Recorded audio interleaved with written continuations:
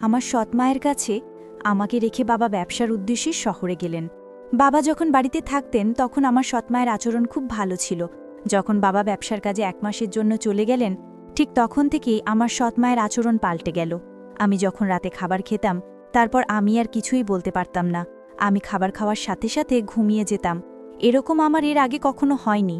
আমি যখনই রাতে খাবার খেতাম, ঠিক তখনই আমি অজ্ঞান হবার মতো পড়ে থাকতাম। আমি সকালে উঠে আমার সৎমাকে জিজ্ঞাসা করলে তিনি বলতেন, এই বয়সে একটু বেশি ঘুম হবেই। কিন্তু হঠাৎ করেই আমি জানতে পারলাম আমি মা হতে চলেছি। সেই খবরটা শোনার পর আমার আত্মা কেঁপে উঠল। এটা কি করে সম্ভব? আমি তো কিছুই বুঝতে পারছি না। কিন্তু আমি যখন জানলাম আমি কিভাবে মা হতে চলেছি, আর সেটা আমি কোনোভাবেই মেনে নিতে পারছিলাম না। তাহলে আসল ঘটনাটি বলি। আমি যে জায়গায় থাকতাম সেখানে কোনো পুরুষ থাকতো না, আর না আমার কোনো আত্মীয় স্বজন থাকতো। তারপরেও একদিন আমি জানতে পারলাম যে আমি মা হতে চলেছি। এটা শুনে আমার দম বন্ধ হয়ে আসছিল, কিন্তু আমি বুঝতে পারলাম না যে এটা কি করে সম্ভব হলো। কিন্তু আমি কিভাবে মা হলাম সেটা জানার জন্য আমি ব্যাকুল হয়ে উঠলাম। আমার নাম ঝুমা। আমি আমার নামের মতোই সরল ছিলাম, কিন্তু আমার এই সরলতার অস্তিত্বের জন্য আমি অনেক বড় শাস্তি পেয়েছিলাম। সমস্যায় ভরে উঠল আমার জীবন, আর আমি বুঝতেও পারিনি আমি বোকা ছিলাম, যার উপর দিন রাত অত্যাচার হতো, কিন্তু সেটা আন্দাজও করতে পারিনি আমি। যখন 12 বছর বয়সী ছিলাম, আমার মায়ের একটা অদ্ভুত রোগ হয়। হঠাৎ করেই তার অর্ধেক শরীর কাজ করা বন্ধ করে দিয়েছিল। মা দেখতে দেখতেই হঠাৎ বিছানায় পড়ে গেল। এরকম অবস্থায় আমাদের সাহায্য করার জন্য আমার মায়ের সৎ বোন রাজি হয়েছিল। সেই মায়ের খেয়াল রাখত আর ভর সামলে রাখত।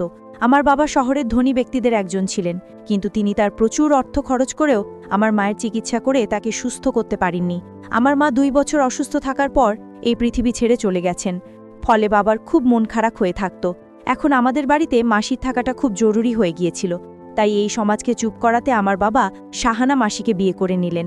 শাহানা প্রথমে বিয়ে করলেও তার শ্বশুরবাড়ির লোকজন তাকে ব্যভিচারের অভিযোগ এনে বাড়ি থেকে বের করে দেয়। এভাবে তিনিও আশ্রয় পান। তিনি একজন ভালো মহিলা ছিলেন। 3 বছর ধরে তিনি আমার মায়ের অনেক যত্ন নিয়েছেন। আমার সমস্ত কাজগুলো মাসিমা করে দিত। এখন বড় হয়েছি, নিজের কাজ নিজেই করে থাকি। যাওয়ার আগে মা বাবাকে বলেছিল আমার ভালোভাবে যত্ন নিতে। যদিও আমার বাবা সবসময় আমাকে অনেক স্নেহ করতেন, কিন্তু আমার মা চলে যাওয়ার পর তার জীবন যেন আমার মধ্যেই আটকে যায়। সে বারবার শাহানাকে বলতো আমার খুব খেয়াল রাখতে। দিনে অনেকবার বাবা জিজ্ঞেস করতেন সময় মতো খাবার খেয়েছে কিনা, ড্রাইভার কি আমার সময় মতো স্কুল থেকে বাড়ি নিয়ে এসেছে। একদিন আমার বাবাকে একটা গুরুত্বপূর্ণ কাজের জন্য কয়েকদিনের জন্য বাইরে যেতে হয়েছিল, এবং তিনি খুব চিন্তিত ছিলেন, এবং তিনি শাহানাকে বিশ্বাস করেছিলেন, কারণ তিনি কঠিন সময় আমাদের সমর্থন করেছিলেন, যখন কিনা আমাদের অনেক আত্মীয় আমাদের ছেড়ে চলে গিয়েছিলেন। বাবা সহজভাবে একদিন বললেন, আমার মেয়ে আমার সব কিছু। আমি যাই করছি সবই আমার মেয়ের। আমি আর কাজকর্ম করতে চাই না। আমি এই শেষ কাজটা করতে যাচ্ছি। এই কাজটি আমাকে এত সম্পদ দেবে যে আমি সারা জীবন বসে বসে খেতে পারবো। তারপর আমি আমার সমস্ত সম্পদ আমার মেয়েকে দেব এবং তার বিয়ে দিয়ে দেব। আমার জামাই আমার সাথে থাকবে। আমি শুধু আমার স্মৃতিতে আমার শেষ জীবন কাটাতে চাই। আমি তোমাকে আশ্রয় দিয়েছি, এটা তোমার বাড়ি, তোমার কোনো কিছুরই অভাব হবে না। শাহানা আমার বাবাকে বলল, কি বলছো তুমি? আমি অনেক ভাগ্যবান যে তুমি আমাকে তোমার বউ মেনে নিয়েছো। আমিও সারা জীবন ঝুমার মা হয়েই কাটাতে চাই। আমি তার মাকে কথা দিয়েছিলাম যে আমি সবসময় তার যত্ন নেব। তিনি আমার আসল বোন ছিলেন না, তবে বোনের চেয়েও বেশি ছিলেন। আমি তার কাছে আমার প্রতিশ্রুতি পূরণ করতে চাই, এবং এটাই আমার জীবনের লক্ষ্য। আমার বাবা বললেন, আমি নিশ্চয়ই জীবনে অনেক কিছু পূর্ণ করেছি যে আমি তোমার মতো একজন ভালো মহিলা পেয়েছি। 1 বছর পর গ্রামের বাইরে যাচ্ছি। আমার মেয়েকে তোমার কাছে ভরসা রেখে ওর খেয়াল রেখো। আমি তার জন্য একটা সম্বন্ধ দেখেছি। ছেলেটি আমার বন্ধুর ছেলে। তার সাথে ঝুমার বিয়ে দেব, এবং আমার সমস্ত সম্পদ তাদের দুজনের নামে করে দেব। বয়স যখন 16 বছর, তখন আমার বাবা আমাকে শাহানার কাছে রেখে যান। বাবা বললেন তিনি তাড়াতাড়ি ফিরে আসবেন। কিন্তু যেদিন বাবা এই গ্রাম ছেড়েছেন, সেদিন থেকে শাহানার মনোভাব কিছুটা বদলে গেল। সেই রাতে সে আমার জন্য রান্না করেনি। আজকে রান্না করেনি কেন জিজ্ঞাসা করলে সে বলল, আমার শরীর খারাপ, ফ্রিজে যা পড়ে আছে তাই খাও। একদিন ছুটি দেওয়া উচিত, তা অন্তত আমি বুঝতে পারতাম। তাই আশেপাশে যা ছিল তা খেয়ে ঘুমিয়ে পড়লাম। রাতে আমার বাড়িতে কিছু নড়াচড়ার শব্দ শুনতে পেলাম। আমার ঘুম খুব কাঁচা ছিল। আমি জেগে উঠলাম। আমি দেখলাম শাহানা মাসি দরজা বন্ধ করছে। আমি তার দিকে তাকালাম, এবং সে কিছুটা ঘাবড়ে গেল। আমি জিজ্ঞাসা করলাম, কেউ এসেছে? সে বলতে লাগলো, না, আমি দরজা বন্ধ করতে ভুলে গেছিলাম, সেই জন্য সে দরজা বন্ধ করতে এসেছিল। আমি আমার ঘরে ফিরে এলাম। পরের দিন স্কুলে গিয়ে জানতে পারলাম শহরে কিছু রোগ ছড়িয়ে পড়ায় স্কুল থেকে ছুটি দিয়ে দিচ্ছে। আমি খুব খুশি হয়ে উঠলাম যে এখন আর স্কুলে যেতে হবে না, সারাদিন ঘরেই থাকব। যাই হোক, আমার বাড়িটা এমন ছিল যে বাড়ি ফিরতে একটা জিনিস খেয়াল করলাম যে আমাদের বাড়িতে অতিবয়স্ক পাহারাদার মদন কাকু আজ গেটে উপস্থিত নেই। গেটে অন্য প্রহরীকে জিজ্ঞেস করলাম, কাকু কোথায়? সে বলল কয়েকদিনের ছুটিতে গ্রামে গেছে। আমি অবাক হয়েছিলাম যে আজ পর্যন্ত 20 বছরে একটাও ছুটি নেননি। সকালে ছেলেমেয়েদের বিয়েতে গেলেও রাতে ফিরে আসতেন। কয়েকদিনের ছুটিতে কিভাবে গেলেন? মনে হয় এটা কোনো বড় ব্যাপার ছিল। যাই হোক, আমি আমার বাড়ি ফিরলাম। রাতে শাহানা মাসি কি আমার জন্য আমার পছন্দের খাবার রান্না করেছিল এবং গতকাল সে আমার জন্য রান্না করেনি বলে আমার কাছে ক্ষমাও চেয়েছিল। সে বলল যে তার বাবা চলে যাওয়ায় তার একটু মন খারাপ ছিল।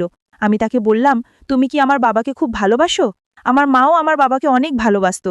সে বলল, তোমার বাবা এত ভালো মানুষ যে কেউ তার প্রেমে পড়তে পারে। আমিও তার প্রেমে পড়তে শুরু করি, কিন্তু সে আমার দিকে তাকায় না। তুমি আমার সৎ মা হলেও আমি কখনো তোমাকে অপরিচিত মনে করিনি। বাবা ফিরে এলে আমি তাকে বলবো, আমার মায়ের সাথে যেমন করে থাকতো ঠিক সে যেন তোমার সাথে তেমনই থাকে। সে জিজ্ঞাসা করতে লাগলো, তোমার বাবা তোমার মায়ের সাথে কেমন থাকতেন? আমি বললাম যে তিনি প্রতিদিন আমার মায়ের জন্য নতুন এবং দামি উপহার নিয়ে আসবেন। তিনি তার প্রশংসা করতেন। দুজনকে একসাথে খুশি দেখে আমিও খুব খুশি হতাম। আমি শুধু তার সাথে কথা বলে এবং আমার পছন্দের খাবার খাচ্ছিলাম। এটা তো সত্য যে তিনি খুব ভালো খাবার রান্না করতেন, এমনকি আমার মায়ের চেয়েও ভালো। এরপর কখন আমি আমার রুমে এসে এত গভীরভাবে ঘুমিয়ে পড়েছিলাম মনে নেই। সকালে যখন চোখ খুললাম আমি আমার বিছানায় শুয়ে আছি, কিন্তু আমি মনে করতে পারছি না যে কিভাবে আমি আমার বিছানায় পৌঁছেছি। সকালে শাহানা আমার সৎমাকে জিজ্ঞাসা করলে সে বলল, তুমি নিজেই তোমার বিছানায় গিয়েছো, কিন্তু হ্যাঁ তোমার খুব ঘুম হচ্ছে। এই বয়সে ঘুম এমনই হয়, কিছুই মনে থাকে না। এই বয়সে সত্যিই এমন ঘুম আসে, কিন্তু আমার ঘুম তো খুব কাঁচা ছিল। কিন্তু যাই হোক, তারপরে আমি সেদিকে খুব একটা মনোযোগ দিইনি। কিন্তু এখন আমার বাড়িতে অদ্ভুত কিছু ঘটনা ঘটছিল। একদিন দেখলাম ড্রয়িং রুমে অনেক অনেক ভালো ভালো খাবার সাজানো ছিল। কে আছে জিজ্ঞাসা করলে কাজের মেয়ে বলল, আপনি এসেছে সাহানারা, আপনি তো আমারও আপনি সমান। তাই আমি ড্রয়িং রুমে গিয়ে বললাম, কে বাড়িতে এসেছে? রুমে গেলাম, আর সেখানে গিয়ে আমার সামনের দৃশ্য দেখে আমি অবাক হয়ে গেলাম। ওখানে কোনো অতিথি ছিল না, কিন্তু দুজন লোক বসেছিল যারা দেখতে বড় লোক, কিন্তু কিছুটা বিপজ্জনক বটে। আমি ভেতরে প্রবেশ করার সাথে সাথে সে আমার দিকে তাকাতে লাগলো। শাহানা আমাকে পরিচয় করিয়ে দিয়ে বলল, এই আমার স্বামীর মেয়ে। তাদের একজনও বলল যে ও খুব সুন্দরী। তাদের বলা এই কথাটা আমার কাছে খুব অদ্ভুত লেগেছিল। তারপর আমি আমার রুমে ফিরে এলাম এবং পরে সে বলল যে তারা ছিল আমার ভাই। আমার সাথে প্রতিদিন একটি অদ্ভুত ঘটনা ঘটত। আমি যখন সকালে ঘুম থেকে উঠতাম তখন মনে হতো যে আমি খুব ক্লান্ত, এবং রাতে আমার ঘুম এমন হতো যে আমি অজ্ঞান হয়ে পড়তাম। আজকাল আমার কিছুই মনে থাকে না যে আমি কখন আসছি বা কখন আমার ঘরে আসি। একদিন হঠাৎ আমি অসুস্থ হলাম, বমি বমি ভাব এবং মাথা ঘোরা শুরু করলো। আমি ভয় পেয়েছিলাম যে আমিও সেই রোগে আক্রান্ত হতে পারি যেটি আজ সারা এলাকায় ছড়িয়ে পড়েছে। আমি সৎমাকে জিজ্ঞাসা করলে জানালে সঙ্গে সঙ্গে ডাক্তারকে ডেকে পাঠায়। ডাক্তার বাড়ি এসে আমাকে চেক আপ করলেন। তিনি আমার রক্তের নমুনা নিয়েছিলেন এবং বলেছিলেন যে পরীক্ষা করার পরে তিনি রাতে পরীক্ষার ফলাফল জানাবেন। তিনি আমাকে কিছু ওষুধ দিয়ে চলে গেলেন। সে ফোন নিয়ে আমার সামনে দাঁড়িয়েছিল। হঠাৎ কিছু অদ্ভুত কথা বলতে লাগলো, না এটা হতে পারে না। ডাক্তারবাবু বললেন নিশ্চয়ই কিছু ভুল হয়েছে, এটা হতে পারে না। আমি চিন্তায় পড়ে গেলাম যে আমার রিপোর্টে কি বনে এসেছে। সে হঠাৎ ফোন কেটে দিল এবং আমার দিকে এমনভাবে এগিয়ে আসছে যেন আমাকে শোনানোর জন্য খুব খারাপ খবর আছে। আমারও মন খারাপ হয়ে গেল। আমি জিজ্ঞেস করলাম, ডাক্তার কি বলছেন? তারপর সে বলতে লাগলো যে ডাক্তার কি বলছেন সেটা পরের কথা, আগে বল তুমি এটা কিভাবে করতে পারলে? তুমি তোমার বাবার সম্মানের কথা চিন্তা করলে না? তুমি কিভাবে করতে পারলে এটা? এখন সে ফিরে এলে আমি কি জবাব দেব? আন্টি কিসের কথা বলছে? আমি কি করেছি কিছুই বুঝতে পারছি না। ডাক্তার তোমাকে কি বলেছে আর তুমি আমার সাথে এভাবে কথা বলছো কেন? আমি তো কিছুই করিনি। ডাক্তার বলেছে তুমি মা হতে চলেছি। তার এইটুকু বলায় আমার মাথায় মনে হলো আকাশ ভেঙে পড়ল। আমি হতবাক ছিলাম, এটা কিভাবে হতে পারে? আমি জানতাম না আমার কি হয়েছে। আমি এমন কোনো পাপ করিনি। আমি চিৎকার করে কাঁদতে লাগলাম, যেটা মিথ্যে। ডাক্তারের কিছু ভুল হয়েছে। শাহানা বলেন ডাক্তারের সঙ্গে হয়তো কিছু ভুল বোঝাবুঝি হয়েছে, সেই জন্য কালকে আমরা অন্য ডাক্তারের কাছে যাব। হঠাৎ তার মনোভাব বদলে গেল। পরের দিন আমাকে অন্য এক ডাক্তারের কাছে নিয়ে যাওয়া হলো। তিনিও বললেন আমি মা হতে যাচ্ছি, কিন্তু আমি এমন কোনো ভুল করিনি। তাহলে আমার কি হলো? আমি পুরোপুরি বিচলিত হয়ে পড়লাম। দিন রাত কাটতে লাগলাম। আমরা ডাক্তারকে বলেছিলাম যে আপনি কি এর কোনো সমাধান করতে পারবেন? আমাকে ঘরে ফিরিয়ে নিয়ে এসে বলল, তোমার বাবা আমার ভরসায় তোমাকে দিয়ে দিয়েছিল। এখন আমি তাকে কি জবাব দেব?